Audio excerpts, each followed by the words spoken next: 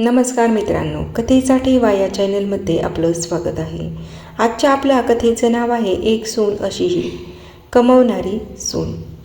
आई, तू आमच्यासोबत मुंबईला चल. बाबा होते तेव्हा गोष्ट वेगळी होती. आता तू इथे गावाला एकटी कशी राहणार? मुलगा पवन म्हणाला. तेव्हा मी गोंधळून गेले. हृदयविकाराच्या झटक्याने ह्यांचा अचानक मृत्यू झाल्याने मी खूप प्रयत्न करूनही स्वतःला सावरू शकले नव्हते. 13 दिवसांनी सर्व पाहुणे गेले होते. मुलगा पवन आणि सून मिताली हे दोघेही इंजिनियर होते.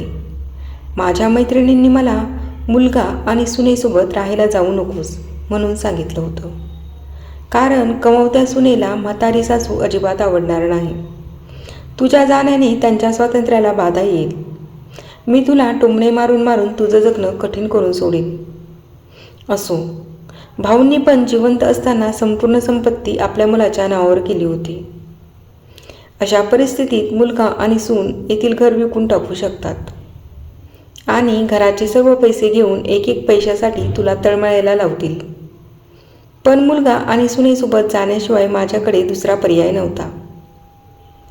वयाच्या 65व्या वर्षी माझ्या गुडघेदुखीमुळे मला आमचे किराणा दुकान चालवणं पण शक्य नव्हतं. 13 दिवसांच्या कार्यक्रमाचा संपूर्ण खर्च मुलाने उचलला. पण किरकोळ खर्चासाठी मुलांसमोर हात पसरणे मला आवडले नाही आणि आम्ही वाचवलेले थोडे पैसेही माझ्याकडून खर्च झाले. आता परिस्थिती अशी होती की माझ्याकडे 50 रुपये पण नव्हते आणि ह्या सगळ्या विचारात मी पवनला काहीच उत्तर देऊ शकले नाही. तितक्यात मिताली म्हणाली, आई, मला सांगा कोणत्या साड्या ठेवायच्या आहेत. मी तुमची बॅग पॅक करते. जेव्हा मिताली असं म्हणाली तेव्हा मी काहीच बोलू शकले नाही आणि शांतपणे त्यांच्याबरोबर मुंबईला आले. पवन आणि मिताली हे दोघेही माझी खूप काळजी घ्यायचे.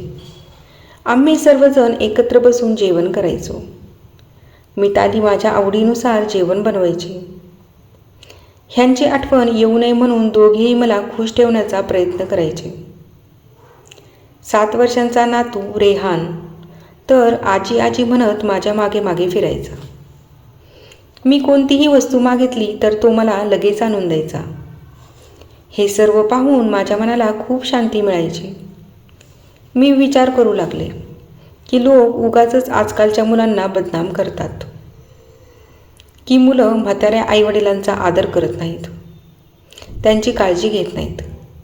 विशेषतः सून जर कमवती असेल तर. आज सर्वांनी बाहेर फिरायला जायचं ठरवलं.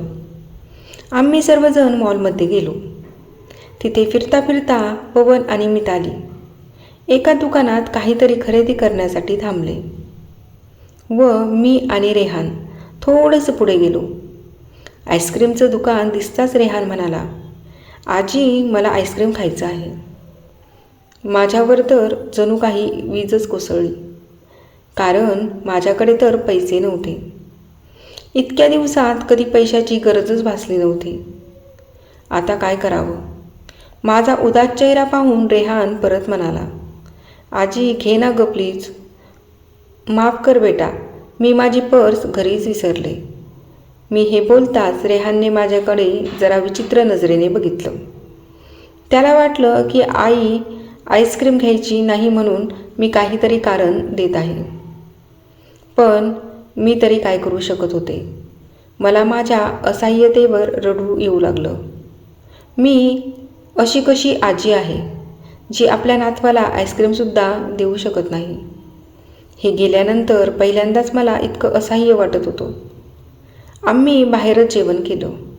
मितालीने माझ्या आवडीची काजू मसाल्याची भाजी ऑर्डर केली होती, पण मला त्याची काहीच चव लागत नव्हती. घरी आल्यानंतर सर्वांनी थोडा वेळ TV पाहिला. पवन झोपायला गेला. रेहानला काय हवं नको ते पाहण्यासाठी मिताली त्याच्या खोलीत गेली. मी पण माझ्या खोलीत झोपायला जायला निघाले. तितक्यात मला रेहानचा आवाज ऐकू आला, मम्मी, आजी खूप कंजूस आहे. तू असं का बोलतो आहेस? हो मम्मी, आज मॉलमध्ये फिरत असताना मी आजीला आईस्क्रीम मागितली तर ती माझी पर्स घरी विसरली आहे. हे बरं आहे ना गं मम्मी? बाहेर जाताना पर्सच सोबत घेतली नाही तर काहीच खर्च होणार नाही. कंजूस आजी. रेहान, हे काय आहे? आजीविषयी असं बोलताना तू जरा पण विचार नाही केलास ना? तुझी आजी या क्षणी किती दुःखी आहे हे तुला समजू शकते का? आजीला काय दुःख आहे बाळा?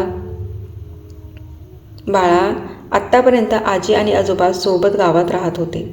आता अचानक आजोबा आपल्या सर्वांना सोडून कायमचे निघून गेले.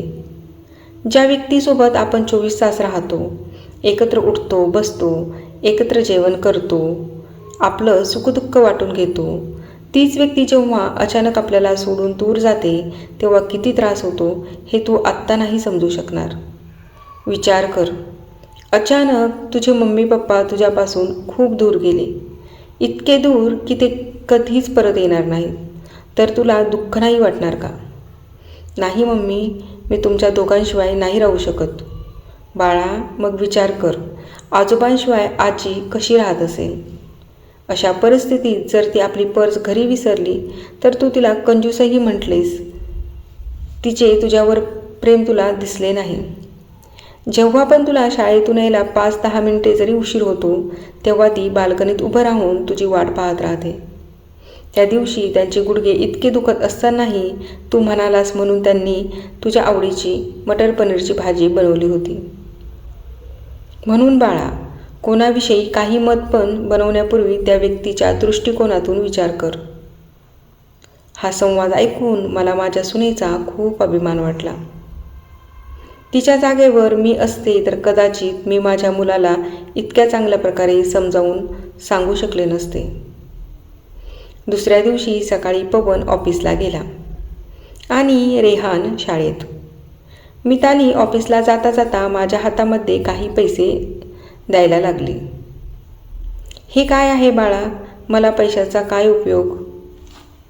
आई, माणसाला कधी पैशाची गरज पडेल सांगता येत नाही. तुम्ही मंदिरात जाता, कधी दानपेटीत टाका, कधी रेहानने एखाद्या वस्तूसाठी हट्ट केला तर त्याला ती वस्तू घेऊन द्या. पण बाळा, आई, जर हे पैसे पवनने तुम्हाला दिले असते तर तुम्ही नाकारले असते का? नाही ना, तुमची सून पण कमावते, तर मग तुम्ही तुमच्या सुनेकडून पैसे का घेऊ शकत नाही? मितालीचे बोलणे ऐकून माझ्या डोळ्यात अश्रू तरळले. जे माझ्या मुलालाही समजू शकले नव्हते ते माझ्या सुनेला समजले होते. माझ्या सुनेसारखी सून सगळ्यांना मिळावी म्हणून मी देवाकडे प्रार्थना केली. लोक विनाकारणच काही कमवत्या सुनांना दुर्व्यवहार पाहून सर्व कमवत्या सुनांना दोष देतात की त्या खूप गर्विष्ठ स्वभावाच्या असतात, सासू सासरे त्यांना अजिबात आवडत नाहीत वगैरे वगैरे.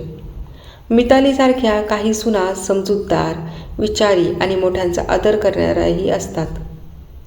आज मितालीने कमवत्या सुनाविषयी माझ्या डोळ्यात असलेला पडदा हटवला होता.